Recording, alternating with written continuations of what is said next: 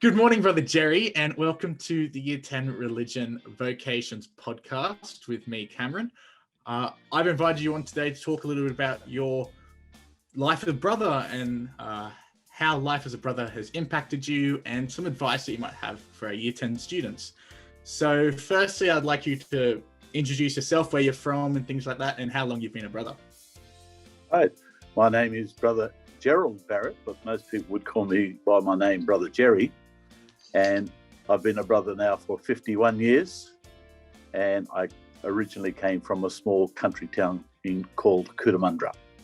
Firstly, I'd like to ask you, what does vocation mean to you? Vocation to me is a way of living.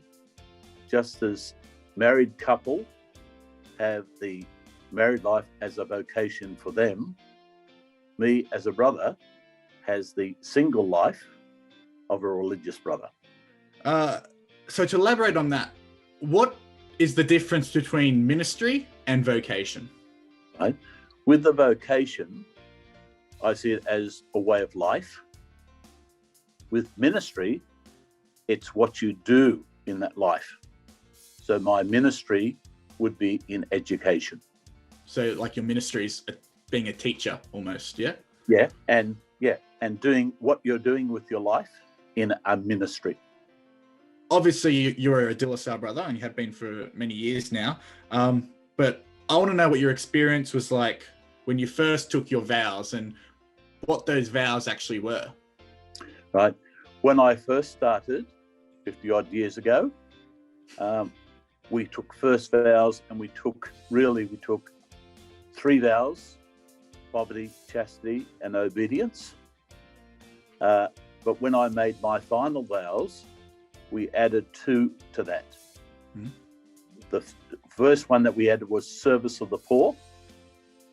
And the last one, which is the 5th one, was stability to the Institute. In other words, when I took my final vows, I said that I would do this for the rest of my life.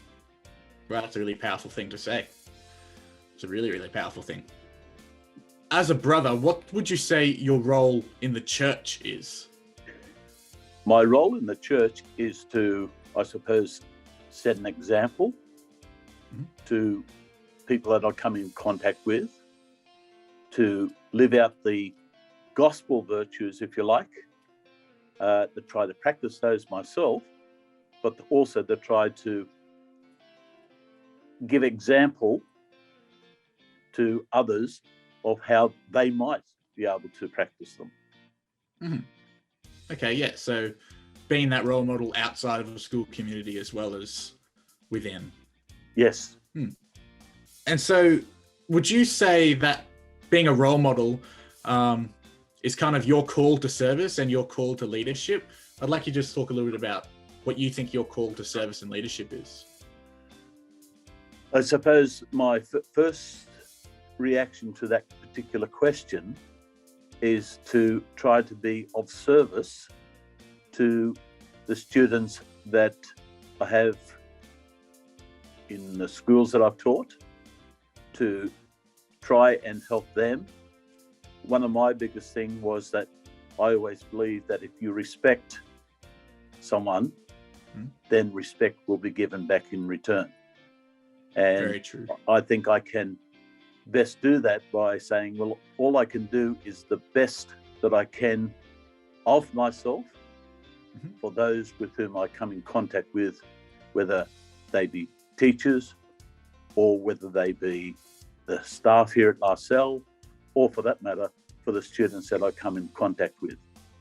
And I believe that if you present that and present a cheerful sort of aspect, then I think that can help with the way that we deliver what we would like to try and get across. So what advice would you give to teenagers in 2021 who are searching for their vocation? The advice that I would give is, obviously, I think one needs to pray about their vocation, pray for guidance, to research, to find out that's what you want to do, because sometimes we change what we want to do over a period of time.